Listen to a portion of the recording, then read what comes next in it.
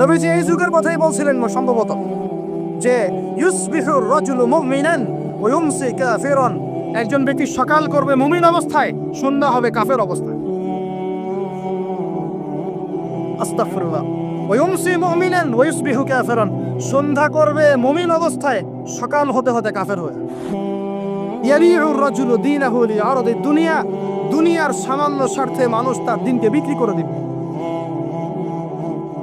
বাংলার গ্রামে গ্রামে এখন এই যে খ্রিস্টান মিশনারিদের তৎপরতা দেখা যাচ্ছে।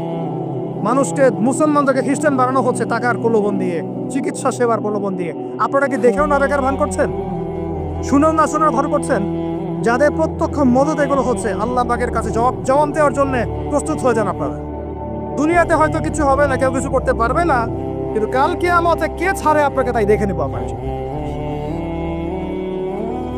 বিশ্বাস করেন, ওমর রাদিয়াল্লাহু আনহু বলছেন, যে কোরআন হাতে নিয়ে বলছি আমি, ওমর ইবনে খাত্তাব রাদিয়াল্লাহু আনহু একদিন তার উটের ময়লা পরিষ্কার করছেন, যখন তিনি অর্ধেক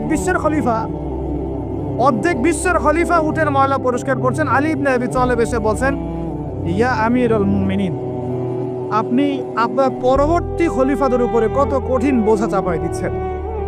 এত কিছু করার পরে নিজে উটের বোঝাও, উটের ময়লা পরিষ্কার করছেন, আমাদের জন্য এত কঠিন করে দিলেন খেলাফতের দায়িত্ব।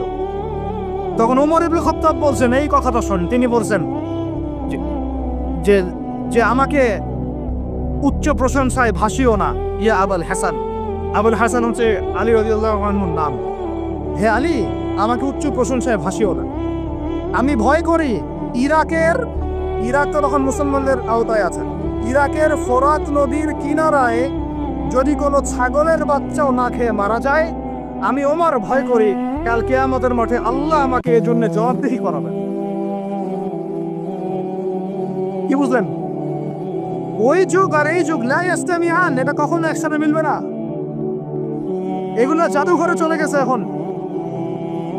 তিনি বলছেন, ওমর রাদিয়াল্লাহু আনহু যিনি জান্নাতের সার্টিফিকেট প্রাপ্ত মানুষ, যার জান্নাতের ঘর আল্লাহ রাসূল দেখে এসেছেন, তিনি বলছেন যে আমি ভয় করি ইরাকের ফোরাত নদীর কিনারায় কোনো মেষপালক বা ছাগলের বাচ্চা, মেষ শাবক, তারাও যদি না খেয়ে পানির পিপাসায় মারা যায়, আমি ওমর ভয় করি কাল কিয়ামতের মাঠে আল্লাহ আমাকে জবাবদিহি করেন। আর কিছু বলতে হবে আপনাদেরকে? বাস, যার মধ্যে নফসের মধ্যে নূর আছে, তার জন্য উপদেশ যথেষ্ট। ফাযাক্কির ইন্নামা আনতা মুযাক্কির, তুমি উপদেশ দাও, তুমি শুধু উপদেশ দাতা। লাস্তা আলাইহিম বিমুসাইতির, তুমি কারো প্রতি দারোগা নও। ফাযাক্কির ইন্নাফাআতি যিকরা, যদি উপদেশ কাজে আসে উপদেশ দিয়ে যাও। সায়াযাক্কারু মান ইয়াখশা, যে আল্লাহকে ভয় করে সে ইনশাআল্লাহ অতি শীঘ্রই লাইনে চলে আসবে, আল্লাহকে ভয় করবে। বাস, আমাদের কাজ এতটুকুই, এর বেশি আমাদের কোনো দায়িত্ব নাই।